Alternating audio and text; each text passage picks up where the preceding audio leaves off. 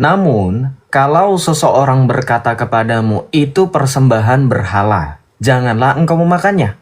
Oleh karena dia yang mengatakan hal itu kepadamu dan karena keberatan-keberatan hati nuraninya. Perhatikan, apa maksud Rasul Paulus mengatakan demikian di ayat 29? Yang aku maksudkan dengan keberatan bukanlah keberatan hati nuranimu sendiri, tetapi keberatan hati nurani orang lain. Lalu, mengapa kebebasanku harus ditentukan oleh keberatan hati nurani orang lain? Kalau aku mengucap syukur atas apa yang aku turut memakannya, mengapa orang mencela aku karena makanan yang atasnya aku mengucap syukur? Jadi, baik kamu makan atau minum, ataupun melakukan segala sesuatu yang lain, lakukanlah semuanya itu untuk kemuliaan Allah. Janganlah membuat orang tersandung, baik orang Yahudi atau orang Yunani maupun jemaat Allah. Sama seperti aku juga berusaha menyenangkan hati semua orang dalam segala hal, bukan untuk kepentinganku pribadi, tetapi untuk kepentingan orang banyak supaya mereka diselamatkan. Tuh. Jadi, tetap pada intinya, kita boleh makan. Yang paling utama adalah kita lakukan semuanya itu dengan mengucap syukur.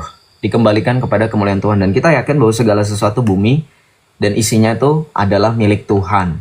Nah, kalau kamu baca juga misal dalam surat Rasul Paulus kepada jemaat di Roma, Roma 14 ayat 14 sampai dengan 17. Roma bab 14 ayat 14 sampai 17 kita baca. Aku tahu dan yakin dalam Tuhan Yesus bahwa tidak ada sesuatu yang najis dari dirinya sendiri. Hanya bagi orang yang beranggapan bahwa sesuatu adalah najis, bagi orang itu sesuatu itu adalah najis. Sebab jika engkau menyakiti hati saudaramu karena sesuatu yang engkau makan, engkau tidak hidup lagi menurut tuntunan kasih. Janganlah engkau membinasakan saudaramu karena makananmu, sebab Kristus telah mati untuk dia. Karena itu jangan biarkan dirimu difitnah tentang apa yang baik padamu. Sebab perhatikan, kerajaan Allah bukanlah soal makanan dan minuman, tetapi soal kebenaran, damai sejahtera, sukacita dalam Roh Kudus. Tuh. Oke, Pak Joseph, udah paham saya. Aku mau tanya satu lagi, Pak Joseph. Oke, apa? Itu nabi tetangga, apakah memang ada kaitannya ya dengan nubuatan nabi-nabi palsu itu, Pak Joseph? Coba diterapkan. Iya, ada nubuatannya, ada mengenai nabi palsu, mengenai antikristus, guru-guru palsu itu ada. Ada. Berarti kalau memang seandainya kita mengarahkan ke tetangga, berarti nggak lari lagi ya, apa Pak Joseph? Kalau gimana penanggapan Pak Joseph? Maksudnya gimana? Ya, contohnya gini loh, kan nabi-nabi palsu itu kan udah dinubuatkan kan, terus apakah memang 95% ya, apa tetangga itu memang pas ya? Masa Pak Joseph nggak paham maksudku? Nubuatannya maksudnya berapa persen untuk mereka gitu? Atau Ya, gimana? betul. Ya, betul. Iya, berbicara mengenai nabi, kita berbicara dari segi definisi nabi dulu. Nabi itu kan dari bahasa Ibrani, nabi. Orang yang menyampaikan dan sebagai penyambung lidah Allah, menyampaikan kebenaran. Kalau misalkan yang sebelah dikatakan sebagai nabi, kualifikasinya saja tidak lulus karena tidak menyampaikan apapun tentang kebenaran. Dan bukanlah penyambung lidah Allah.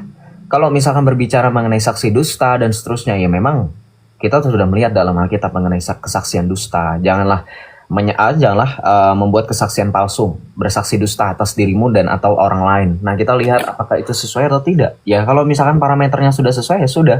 Jangan kemudian kita pakai tolak ukur ini berapa persen, karena menurut saya itu tidak penting. Yang penting kita sudah tahu bahwa di luar Kristus tidak ada keselamatan, itu saja intinya.